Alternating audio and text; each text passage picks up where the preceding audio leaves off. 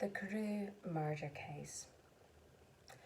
Nearly a year later, in the month of October, London was startled by a crime of singular ferocity and rendered all the more notable by the high position of the victim.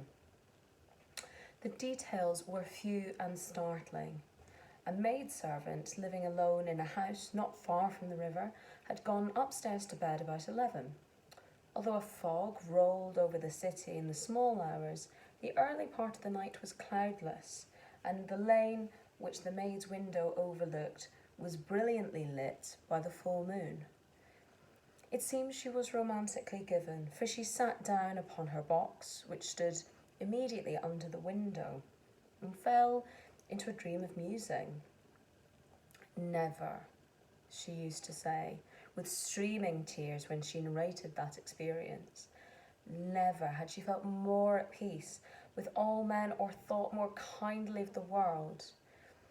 And as she so sat, she became aware of an aged and beautiful gentleman with white hair drawing along near the lane, and advancing to meet him, another and very small gentleman, to whom at first she paid less attention.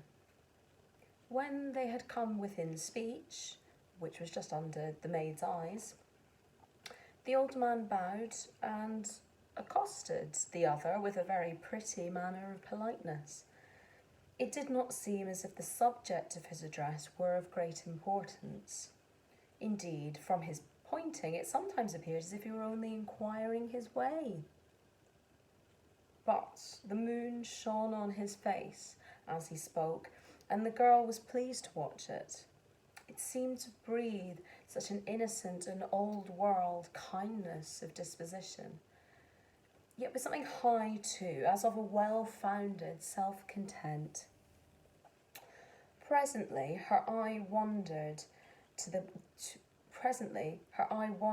other, and she was surprised to recognise in him a certain Mr. Hyde, who had once visited her master and for whom she had conceived a dislike.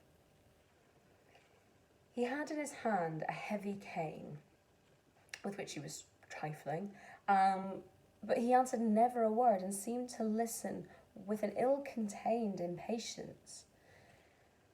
And then, all of a sudden, he broke out in a great flame of anger, stamping with his foot, brandishing the cane, and carrying on, as the maid described it, like a madman. The old gentleman took a step back, with the air of one very much surprised and a trifle hurt.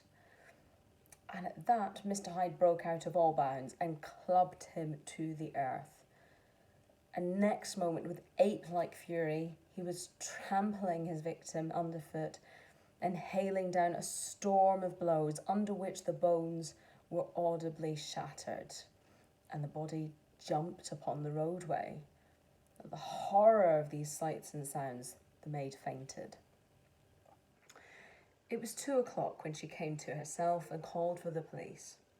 The murderer was gone long ago, but there lay his victim in the middle of the lane, incredibly mangled.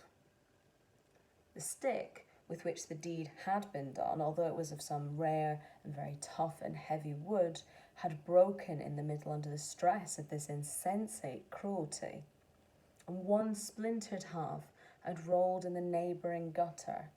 The other, without doubt, had been carried away by the murderer.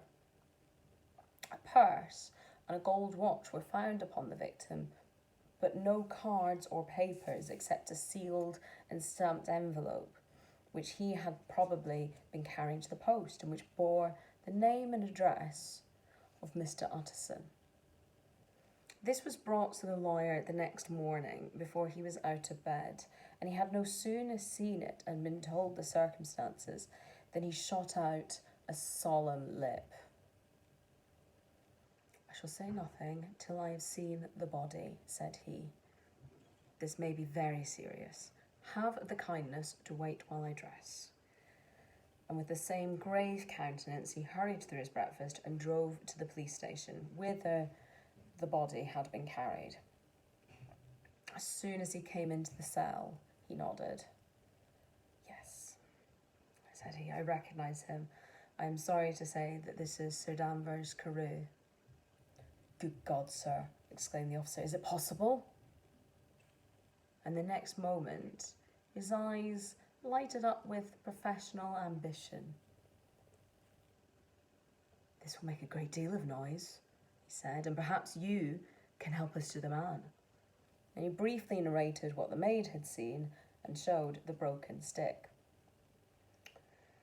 Mr. Utterson had already quailed at the name of Hyde, but when the stick was laid before him, he could doubt no longer. Broken and battered as it was, he recognised it for one that he had himself presented many years before to Henry Jekyll. "Is this Mr. Hyde a person of small stature?" he inquired. "Particularly small and particularly wicked-looking. It's what the maid calls him," said the officer. Mr. Utterson reflected, and then, raising his head, "If you will come with me in my cab," he said, "I think I can take you to his house." It was by this time about 9 in the morning, and the first fog of the season. A great chocolate-coloured pall lowered over heaven, but the wind was continually charging and rooting these embattled vapours, so that as the cab crawled from street to street, Mr. Utterson beheld a marvellous number of degrees and hues of twilight. For here it would be dark like the back end of evening, and there would be a glow of a rich, lurid brown, like the light of some strange conflagration. And here, for a moment, the fog would be quite broken up, and a haggard shaft of daylight would glance in between the swirling wreaths. The dismal quarter of Soho, seen under these changing glimpses, with its muddy ways and slatternly passages, and its lamps which had never been extinguished or had been kindled afresh to combat this mournful reinvasion of darkness, seemed in the lawyer's eyes like a district of some city in a nightmare. The thoughts of his mind, besides, were of the gloomiest dye, and when he glanced at the companion of his drive, he was conscious of some touch of that terror of the law and the law's officers which may at times assail the most honest. As the cab drew up before the address indicated, the fog lifted a little and showed him a dingy street, a gin palace, a low French eating house, a shop for the retail of penny numbers and twopenny salads, many ragged children huddled in the doorways, and many women of many different nationalities passing out, key in hand, to have a morning glass.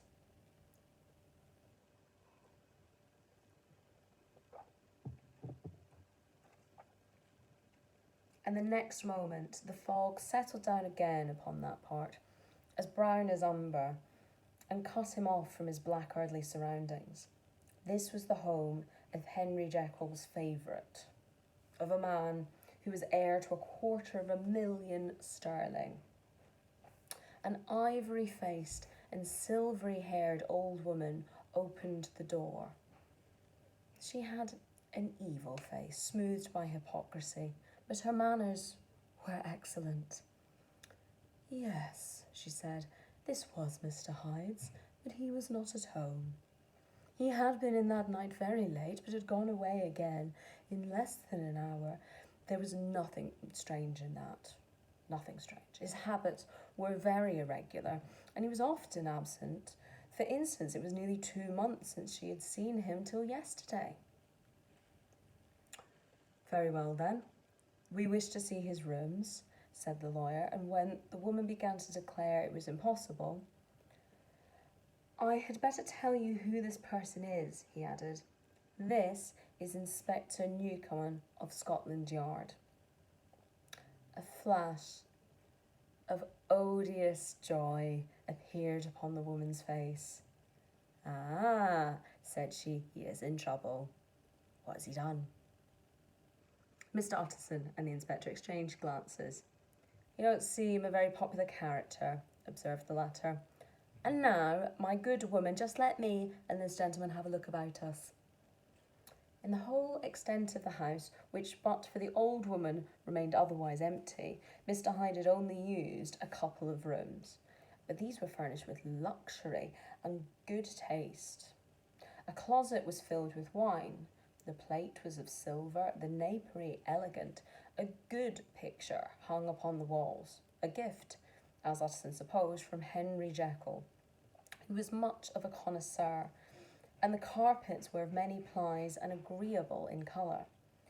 At this moment, however, the rooms bore every mark of having been recently and hurriedly ransacked. Clothes lay about the floor, with their pockets inside out, lock-fast drawers stood open, and on the hearth there lay a pile of grey ashes, as though many papers had been burned. From these embers the inspector disinterred the butt end of a green cheque-book, which had resisted the action of the fire. The other half of the stick was found behind the door, and as this clinched the suspicions, the officer declared himself delighted. A visit to the bank, where several £1,000s were found to be lying to the murderer's credit, completed his gratification. You may depend upon it, sir, he told Miss Dawson. I have him in my hand. He must have lost his head, or he never would have left the stake, or above all, burned the cheque-book. Why, money's life to the man. We have nothing to do. We'll wait for him at the bank and get out the handbills. This last, however, was not so easy of accomplishment, for Mr. Hyde had numbered few familiars. Even the master of the maidservant had only seen him twice. His family could nowhere be traced. He had never been photographed, and the few who could describe him differed widely, as common observers will. Only on one point were they agreed, and that was the haunting sense of unexpressed deformity with which the fugitive impressed his beholders.